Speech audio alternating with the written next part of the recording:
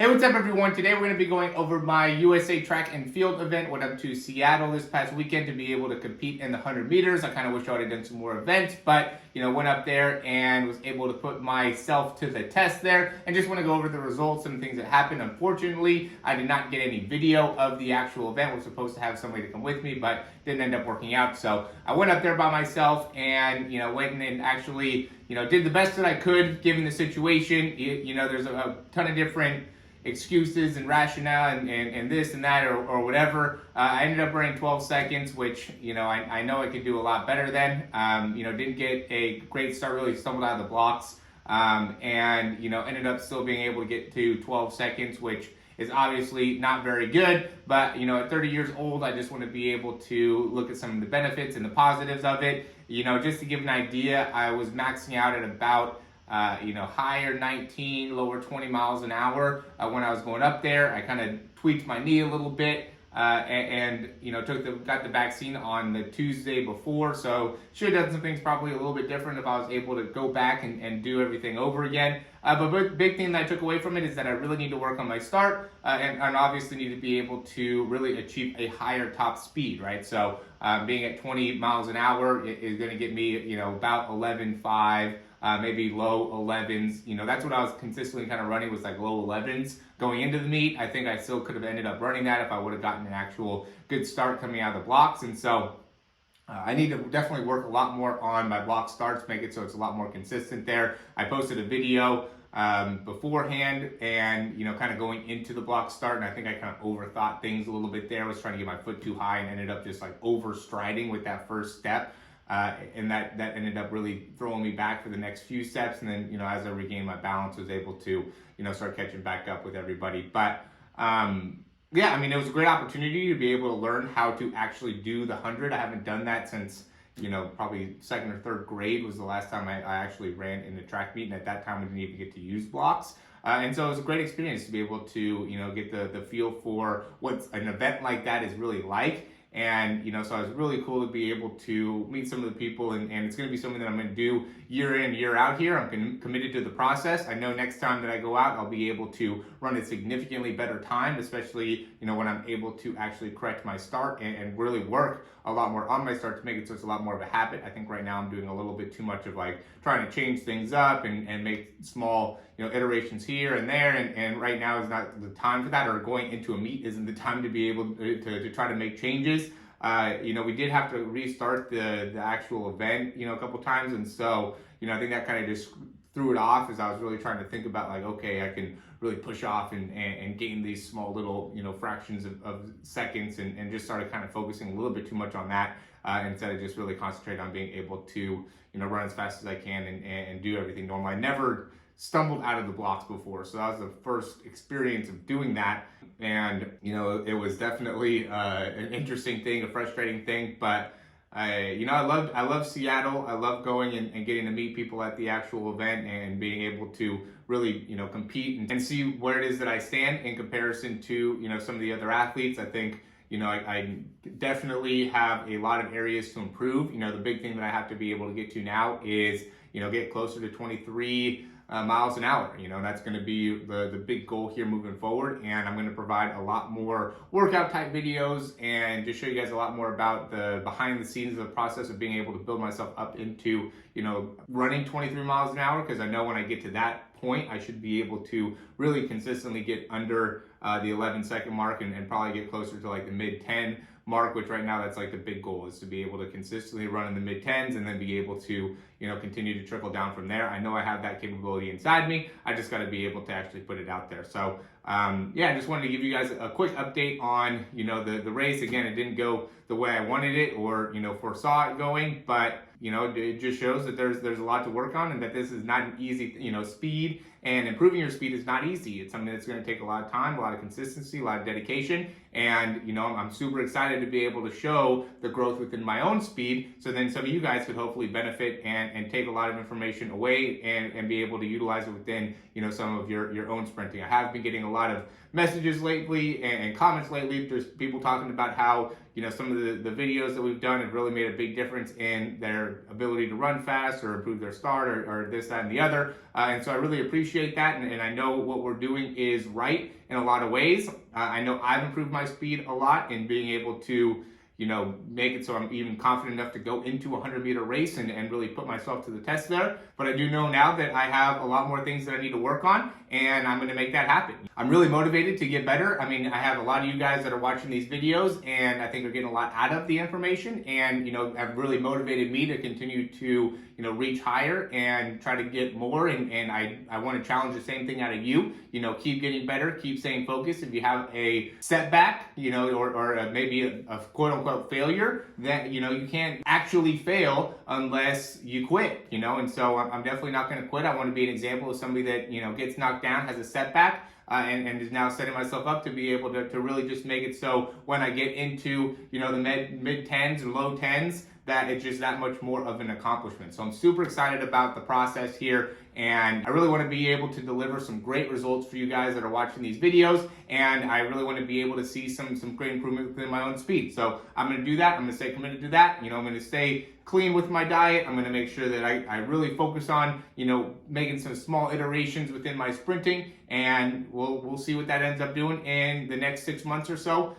When I can go and run another 100, or it might even be longer than that, you know, 6 to 8 months. I don't know exactly when I'll be able to, you know, compete in another event like that. I know I'll be able to get a lot of times within, you know, where I practice and be able to get people to help me out there. But I don't know exactly what the next time I'll be able to get some official results will be, but, you know, that's outside of my control in some ways. But big thing is I'm super motivated and ready to deliver some great results for people that are looking to improve their speeds.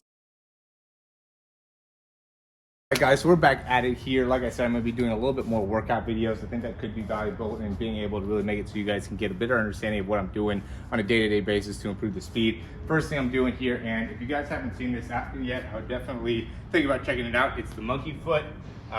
You know, I'm just going to put it on and hop right into it, but I've talked about it in the past in some of my, you know, workout videos, but it's a great thing to really focus on building up the hamstring strength. So like, the big reason I've been using it more lately, I was doing a lot of Nordic hamstring curls, and my right leg ended up getting a lot stronger than my left leg. And, you know, so this really makes it so I can isolate it a little bit more. I really focus on driving up fast on the way up and then controlling back on the way down. But it's a really a great tool, being able to build that individual hamstring strength. So definitely check that out. I can put a link here in the description so you guys can get access to it. I've already done a set on each side, but I'm gonna keep on going here, hop right into the other side. Even when I'm going back, because I really haven't done too much strengthening stuff here lately, so getting back into it here, just because, you know, I've been trying to stay a little bit more fresh. But I can just tell, and you guys could probably even tell too, the difference between my right side and my left side as I'm going up, just a lot harder.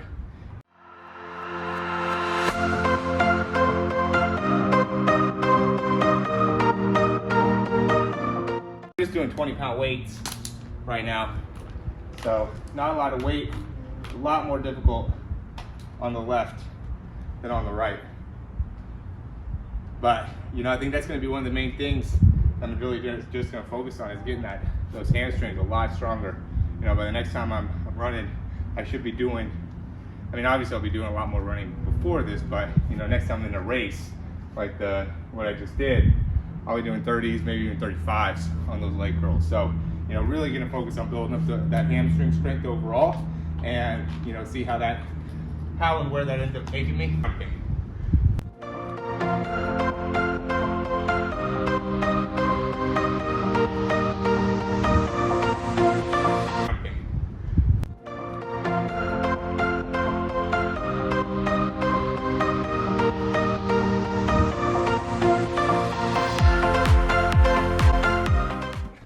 I'm also really big on ankle strength, so we're going to knock some of that out as well. I'm going to put that kettlebell up.